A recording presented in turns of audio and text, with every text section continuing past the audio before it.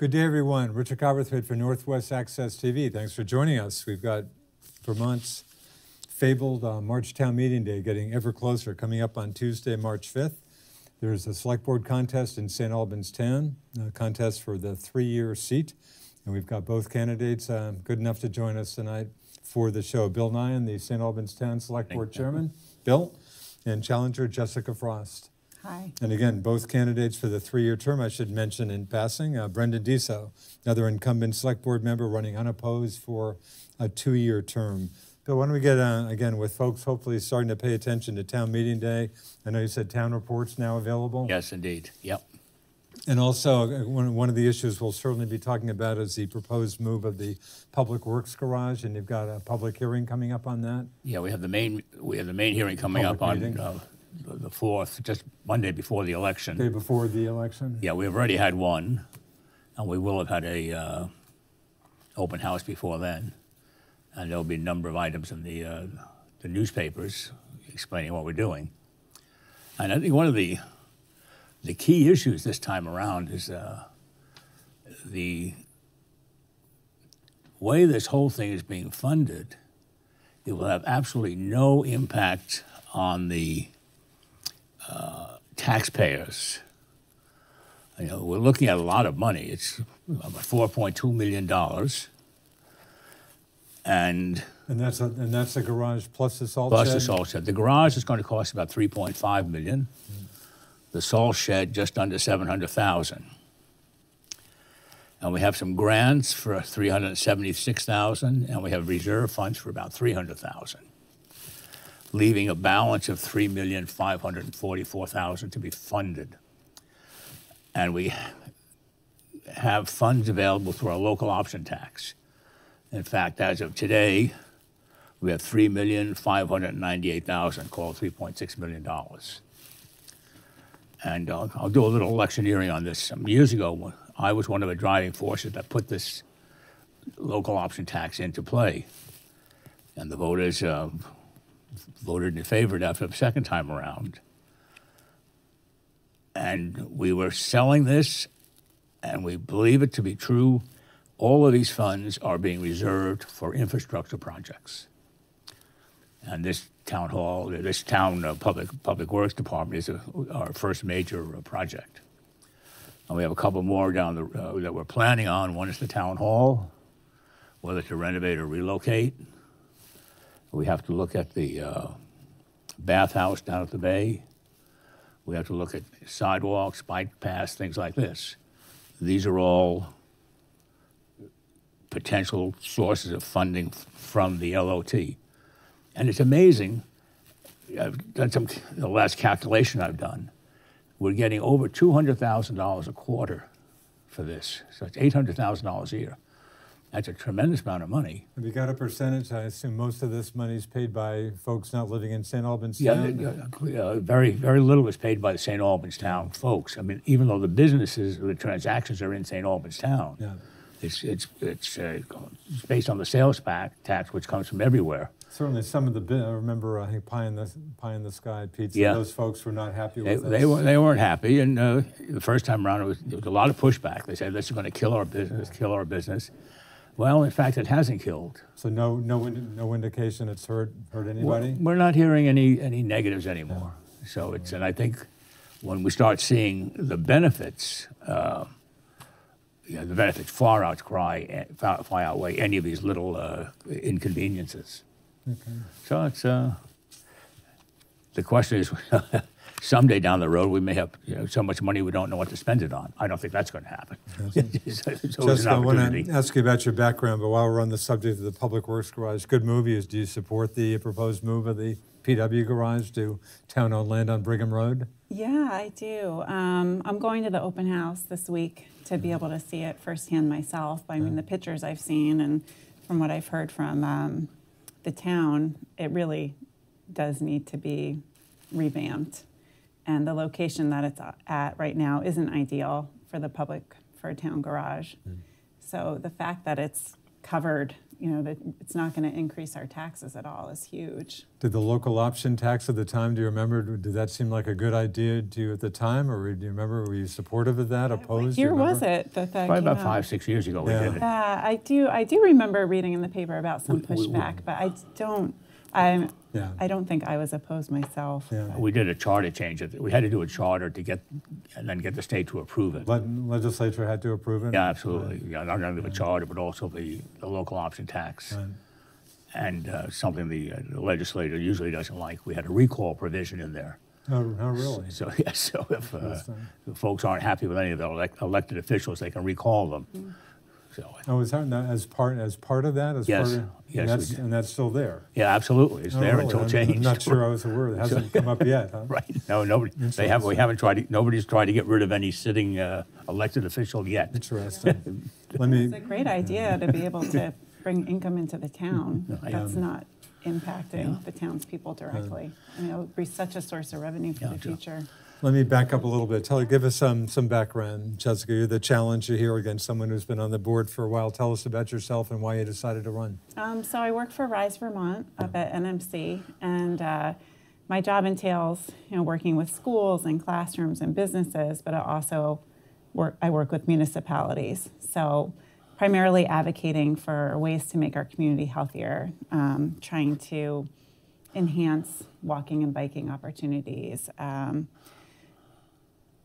trying to curtail smoking in public spaces, and then looking at town plans and places where we can insert language so that those practices go for the long term. So for RISE, I was attending different meetings for both the city and the town. And, at first it was very intimidating to walk into that room and speak up and voice your opinion. But after a while, I began to feel more comfortable, and I just felt like I was just toying with the idea, and then several people throughout the town approached me and said, "We think you should run." And probably for about a year, I said, no, I can't. Right now, I'm busy with kids and work and family. But as more time went by, I realized, no, this is a time where I can do it in my life. This is a time where my family life is going well. My work, I'm working full time, but my job has flexible hours, which is huge.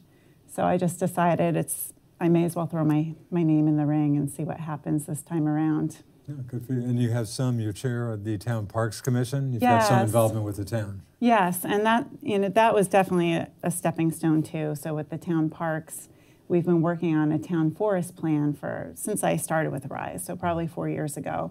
And RISE gave the town a grant to do a trail plan up at the town forest, and we wanted to incorporate mountain biking, hiking, bird watching, all sorts of recreation. And the group that designed it, Sinuosity, is very well known throughout Vermont, if not New England. I mean, they have followers who will go wherever they build a trail. They're just very good at what they do. And so we had the plan, but then from there wasn't a ton that we could do with it right away. We did, Public Works went up and they did do a lot of clearing. We had the Vermont Youth Conservation Corps come, and they also enhanced the trails. And we actually organized a day where we invited the community to come up, and we probably had 40, 45 people up there who brought their own tools, and they wanted to help clean up the trails. But to actually build, the technical trails and the culverts and all of that, we need to hire. So over the years, we now have, I think, 5 different grant sources that we've tapped into to actually start the construction this spring. So it's so nice to have seen a project come from the grassroots level, be able to see the funding come through, and now we're going to be able to build it. And I think that's a really good start to not only enhancing all of the beautiful recreation assets that the town has already, but adding just another gem. Bill, veteran of the Select Board, but give us, for folks, I'm sure there's some folks new in town, just give us some background on yourself. Thumbnail. Yeah, my business career, I spent 34 years with Best Foods. The last 28 years we were in Asia. I was senior vice president for the Asia division. And I retired in '97. and a great opportunity to get out early, and so I took it and decided to retire here in St. Albans. Now, we have been coming here because we have family and relatives who own the Hathaway Inn on Hathaway Point Road, and we've been coming up here for vacation. And this was a very logical place to come to. And I'd say, having spent my whole career in business management, coming to a community, you have a choice of do nothing or get involved. And if you're going to be living in a place, I believe you should get involved. So I started off, doing things like the zoning board, which is now the development review board, planning commission, and you start learning about the background, how the town works, and so on. Eventually, got elected to the select board, and I've been 15 years on the select board. And when you step back a little, and when you look at our town warning, we have a budget of $4.6 million we're asking people to vote on. That's a lot of money. And we have to realize that we are really running a business. And our shareholders are our taxpayers, so we have to act in the best interest of our taxpayers.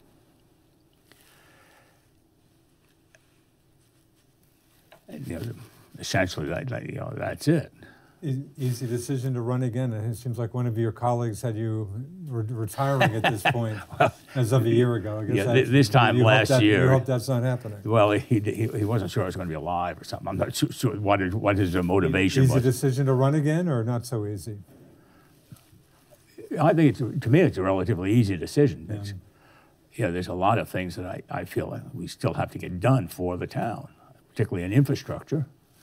And we have the means in place to get these things done in a very inexpensive way for the taxpayer. And there's and we have a lot of planning. We have to look at the growth of this town as we go forward in the future. And I think I can continue to make a contribution. Jessica, I know you've had some issues with the select board. In fact, I just read a lengthy letter to the editor and the messenger that was in recently. But again, you haven't been, you tell me, you've had some concerns about how the select board's been kind of operating? Well, the editorial was about the public works issue, but I will loop back to that. But I think, one of the things that did motivate me to run initially, the select board was looking at a anti-harassment policy for the work site. And that was voted down. And when I read that article, the language I saw in it seemed very standard for the workplace these days. And then the quotes that I saw from some of the members were saying things like, that's taking things too far, insinuating that you should be able to yell at your employees. To me, it just wasn't giving them protection that is the norm these days. If you work somewhere, you should be able to be shielded in some way from harassment or have a way to bring that issue up. And then when the public works issue happened, it almost seemed like a continuation of that.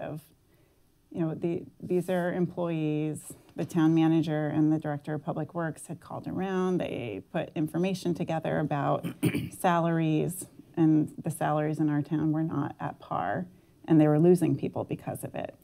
So it was surprising that it wasn't passed right away, and then that it just stirred up such a controversy within the town. So you could feel that just so many people felt like it was an injustice to those guys who are up, every morning, plowing all night, and then not getting paid what everybody else is getting paid in this region, at a minimum. Bill, any want to respond to any of that? I'm happy to respond. Thanks. First, on the question of the personnel policy, we had just done an extensive rewrite of the personnel policy, and we in fact used the Vermont League of City and Towns model policy for our policy, and that's what we adopted fully. And after that, we had a meeting of all the staff about workplace interaction with folks. And it was, I forget the name of the lady. It was a lawyer from Burlington. And at the end of this one-day conference, her comment was she was surprised at how comprehensive our policy was. So I said, okay. Then one select board member decided he wanted to have something, he wanted to expand it even more. So the feeling was, having had a policy based on the model policy, having had external counsel, I'd say we're in great shape. We felt there was no need to revise it again. And some of the elements in there probably would have caused us more potential legal problems than we have right now. Now, regarding the public works, I have to say that really surprised me how that got out of hand so quickly. Somebody had mentioned that we had already approved the salaries for next year. And in fact, what had been approved was the amount that was to be put in the budget. And even if we put it in the budget, we cannot do anything with it until the taxpayers approve the budgets. So this was way, way premature. And our normal practice over the years was, come May and June, all salaries are reviewed and based on two things: how someone performs, and then we have done work to try to see how we compare to the communities in which we compete. So everything was premature, and I have to say it caught me completely off guard. And at that meeting, I had not seen any comparative data. And I only saw it after a sheet was handed out that night, which is just a little unfair. So clearly, if we don't compensate our employees fairly, if we don't treat them fairly, we're going to lose good people. And we don't want to do that. And I can tell, with all my business experience, the last thing I want to do is keep unhappy people.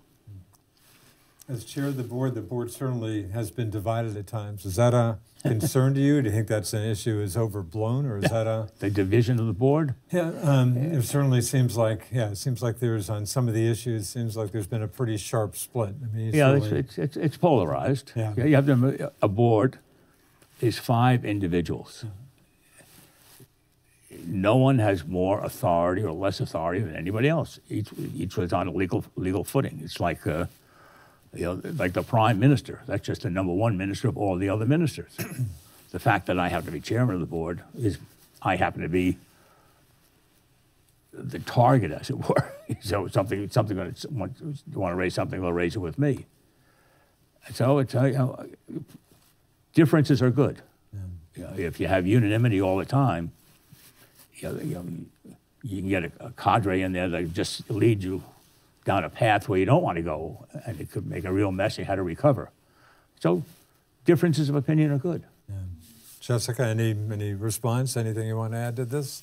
No, I think differences of opinion are good. I mean, they say when you build a coalition, you should have your opponents right there to hear why your idea may or may not work. Yeah. I think what sometimes I see in the board is discourse, but not done respectfully. Like sometimes you see people being dismissed, or even the night with the Public Works, like people amending each other's motions and telling a member to not. Part of the parliamentary process. Part of it, but part of it, I think, is a little bit beyond respectful debate. Well, I'm sure you've seen meetings where it's difficult to manage. Someone wants to speak, somebody wants to speak over them. They look time out, let the person speak. You can amend the motion later, then you get your chance. And somebody has to be a referee. Right. And that's not always the easiest job, right? And the only concern I have on any board, we have 5 different people, 5 different opinions, sometimes. I have one guiding principle, and the last reorganization of the board when I was elected chairman, at that meeting, the first meeting we had, I said I insist on only one thing, and that each of us do what we honestly believe is in the best interest of the town. No hidden agendas. That's your one agenda, is to act in the best interest of the town and its taxpayers. And that's been my guiding principle all along, and I stay with it. It's not only popular what I do, but that's the guiding principle. We're talking. Sorry, I didn't mean to get off on a tangent. No, it's fine. 8 articles on the warning. You've touched on the budget, yeah, significant budget, Yeah. $4.6 million budget, not up by too much. Though we're talking a slight increase. Yeah, a little bit, but and we're in the business of providing services. Yeah. And how do we do it as best we can and as cost efficiently as we can, and keeping things within reason. People don't like to pay more, and we can't kid ourselves. We just can't keep raising tax and tax and tax. We've got to. And again, you support all the articles, all the money items on. I mean, I differ on a couple of things, but that's okay. And the last one, maybe we talked about. On the agenda, on the articles, on the on the budget, warning. I might disagree with some things. Right, on the warning. You support all Yes. the money articles on the warning. Yes, indeed. And the last one might be worth noting, again, St. Albans Museum, which is certainly known to folks around here very well, looking for an appropriation, or the select board looking to get authorization for the museum to get $15,000 per year for a period of 5 years. Correct. You get hearing much reaction. You support that? Yeah. Support for that out there? You're hearing many comments about that? Until it comes up, nobody really says anything. So yeah, I'm very much a supporter when people are in favor of the museum. Yeah. And they do a great job, just like the library. It's an essential part of our community. Right. And it just came up with a rather last-minute request. And we did have in place, and we still have in place, an article that was passed some years ago that we give the museum $5,000 a year, and that was an open-ended commitment. So, and this is they wanted more money, and they made their case for it. So we said, all right, let's put it on the ballot. And this would be the largest single contribution to let's call it a nonprofit or anything like that. The second largest is the Franklin County Industrial Development Corporation. They get $12,500 a year. Yeah. So it's a significant contribution, as it were. Yeah. St. Albans City, for the record, has the same appropriation included in their budget, not as a separate line item. Correct. Jessica, what do you think about, again, have you got any issue with any of the money items on the town warning? No. You're supportive of them? No, and I do hope that the museum passes. I've just seen, even the past 2 years, my kids go to town school, and there's been a major increase in the number of field trips that they've had there, not only to the museum, but one of them also had a walking tour around the city led by a museum volunteer. And then I got to go 3 times this year. There was a third one to the bay. That's where right. they learned all about the history of the bay and the lake. And Alex had all different organizations there with different displays for the kids. And it's just nice to see it being a living museum that everybody's getting exposed to, from kids on up to adults. Right. Biggest challenge facing St. Albans Town? Anything you may have touched on? Anything jumping out at you? Are there any, major initiatives you'd like to see the select board get into? Any big issues you feel aren't being addressed at all, or not as much as they should be? Anything come right to mind? No, I mean, besides what we talked about, I do see the need for the Public Works Garage. I'd love to see Town Hall be looked at next, whether it's renovated where it is, or we look at a whole new location for it.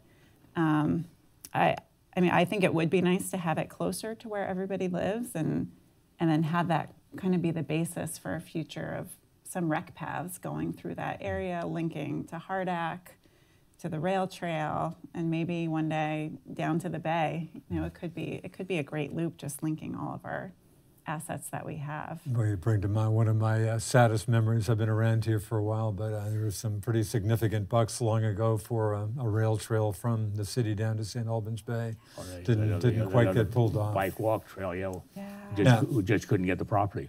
Yeah, there were a few folks who. And we lost a $75,000 donation from Rotary for that too. I was at Rotary was jumping into that. Yeah. But you feel the town's in pretty good shape. You feel it's I don't know. I have a great working relationship with Carrie Johnson, the town manager, and I feel like, I mean, she does a really good job when she's given the opportunity to go out there and build relations. And with my job with Rise Vermont, we've been able to work on some projects together, like the town forest. No, I don't see any big holes. I think that the town just really, does need to put that emphasis on infrastructure, because we don't want to be left behind. We want this to be a place where people want to move. And I do think a lot of families and even retirees now are looking for communities that are walkable and bikeable, so that they don't have to rely on their cars as much. So I just want to make sure that we are doing everything that we can to be a vibrant, thriving community. Jessica mentioned the town hall bill again. That's kind of in the on-deck circle. Yeah, that's our next. Last year when we did our prioritization, there was a flip between the town hall and the town garage. The town garage was in more dire straits than the town hall. Yeah. And the town hall, there are two really difficult issues. One is getting enough vault space, and we're just bursting at the seams there. And secondly, the fact that it's not ADA accessible. That's a huge issue. And septic, is that another kind of looming issue, or well, not as big an issue?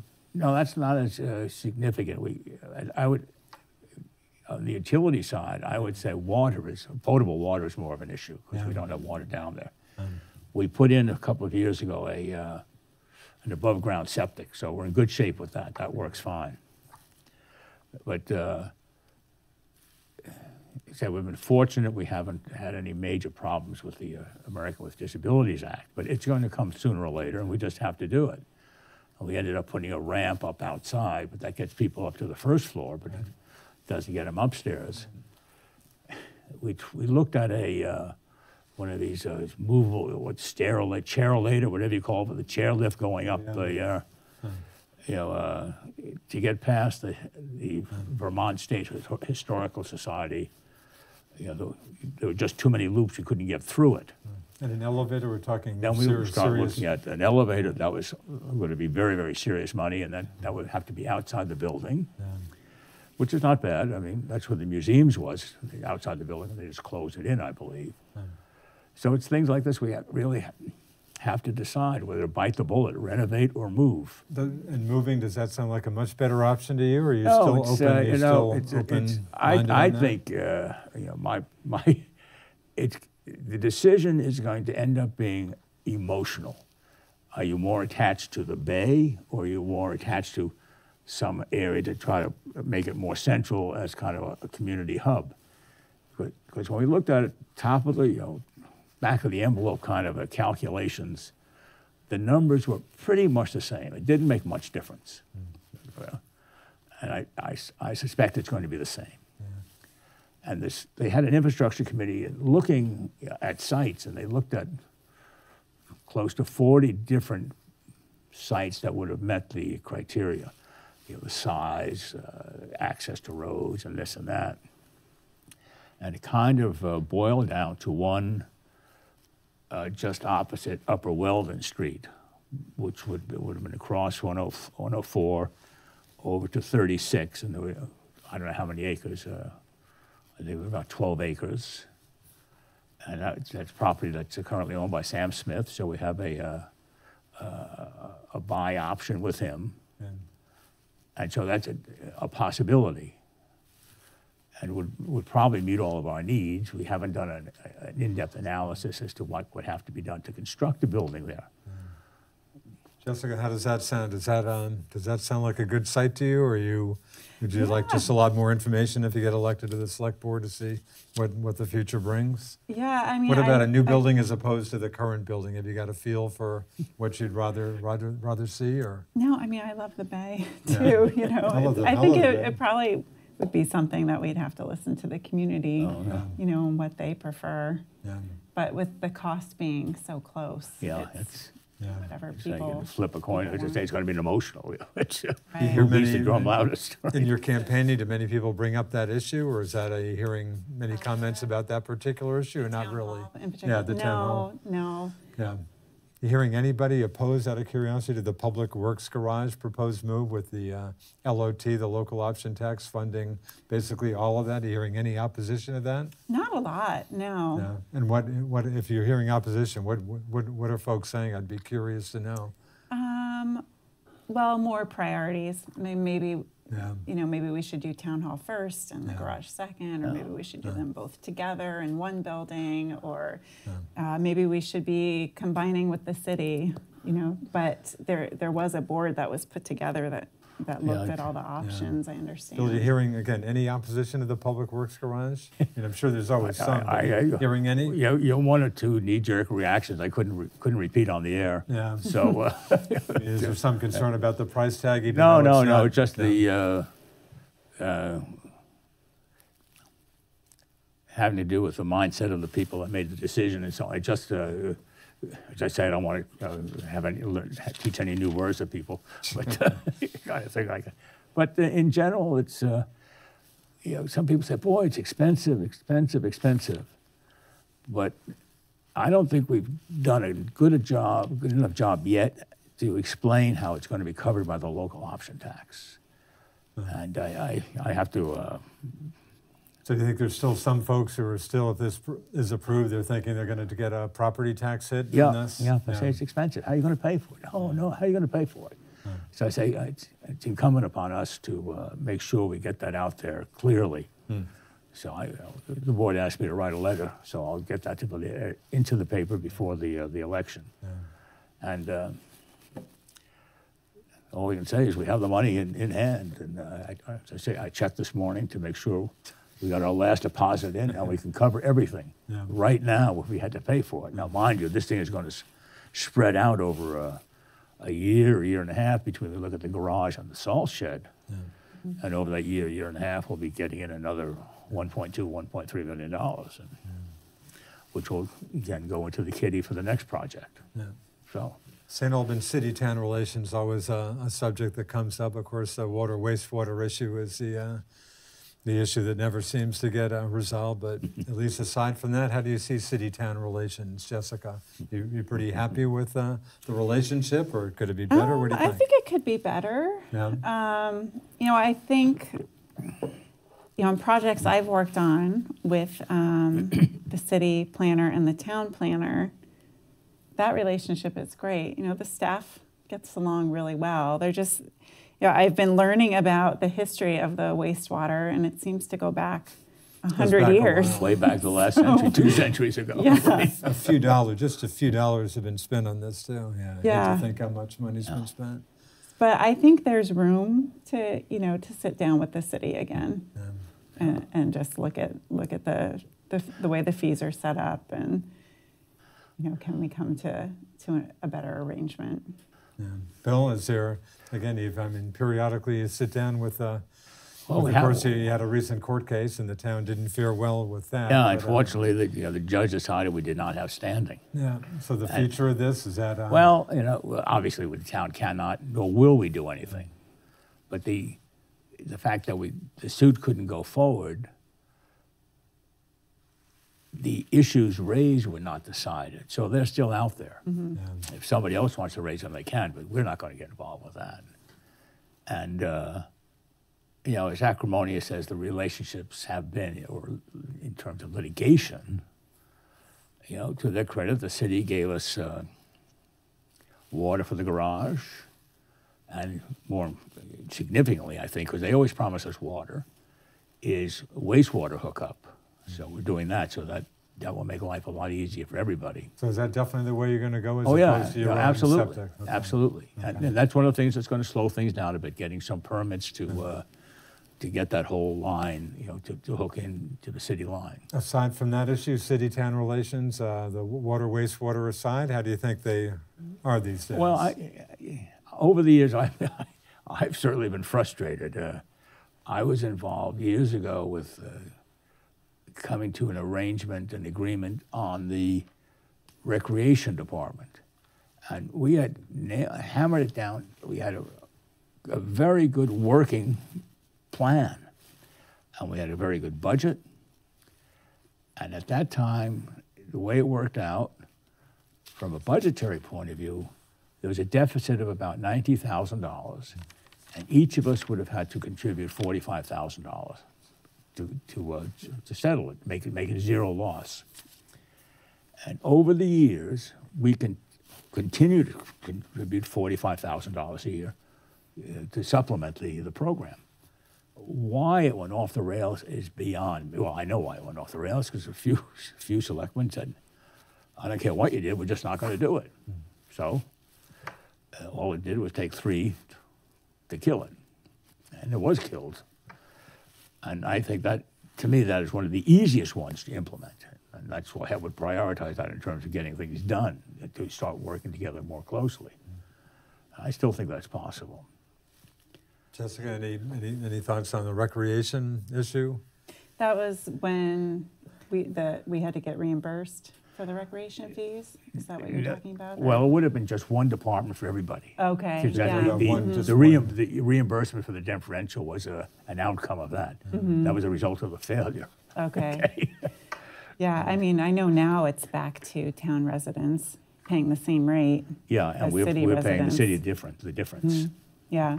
So I mean, I think it's a good solution. Yeah, as someone using the rec services, that's ideal, because it was very, it was inconvenient to have to go through a couple steps to get your money back. Yeah, give you a chit and get a refund. So yeah, I mean, it worked out well. There's so many things where we are one community. Yeah.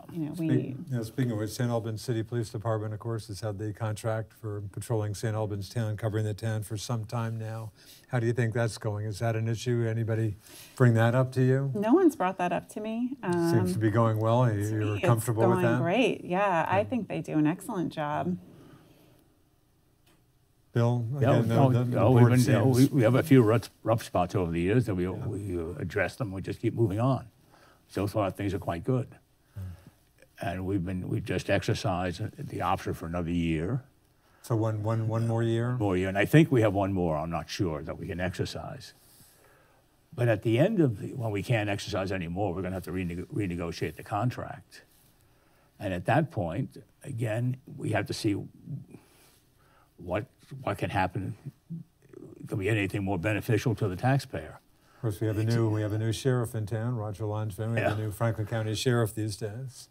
Of course, a former St. Albans City police officer. We'd have, I think, in good conscience, we'd probably have to put it out to bid, particularly since we're talking now about $800,000 or $900,000 a year. So again, it's a lot of money, and it's not being. I don't think it would be driven because of a problem with the city police. Is this the best contract that we can get?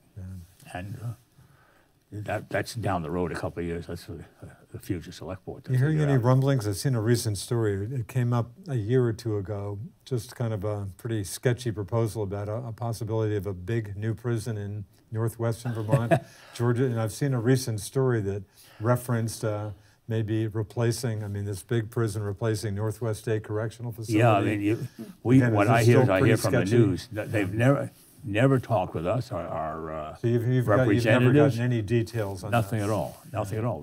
What are they thinking about? What's the impact going to be? And what benefit is it to the town? And so at quick glance, you'd like to just get some hard info before you get into this. Find out what are we talking about. Let's talk. Let's get factual, not speculative. Yeah. Jessica, has anybody mentioned, again, I just saw a recent story or two on this, anybody mentioned the big new prison to you in your travels? No, no one has. I mean, I heard a blip, I think, on the news, but I haven't heard many details either. Yeah. Down to a few more minutes.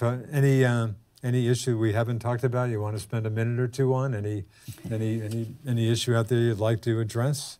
No, there's no No pressing issues for me. I'm just running because I do want to be involved in the community, and I want to give my time to the town. And I do feel like, I've been somewhat inspired by all the women who have been elected recently into all different levels of offices. And I'd gone to this leadership conference in the fall down at Castleton State College, and they just were talking about how, it doesn't matter what your last name is. It doesn't matter how many generations your family has been here. Everybody should be represented. So no matter who you are, you have enough experience, enough knowledge to represent your town. And it just spoke to me. And and this was while people were approaching me about running. And I went home and talked to my family, and my 3 girls said, Mom, you have to do it. We need women in leadership.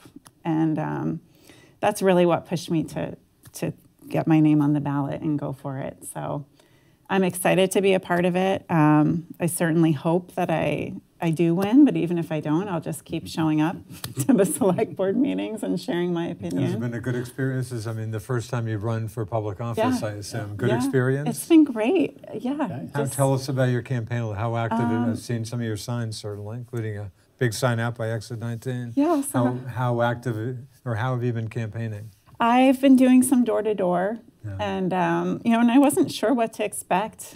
And it actually was everybody was very welcoming. They were very positive. People liked to chat and tell me what was on their mind. And it was just a really nice way to be able to connect with people in the community that I don't run into every day. But also it was nice to run into friends who I do see all the time, and they felt like they could tell me their thoughts, and I would have a possibility of bringing that up to the town level. Running some of the people you run into have no clue about town meeting, or most people have some awareness of that there was an election coming up, or town meeting business. Yes, I'd say most people did. Yeah.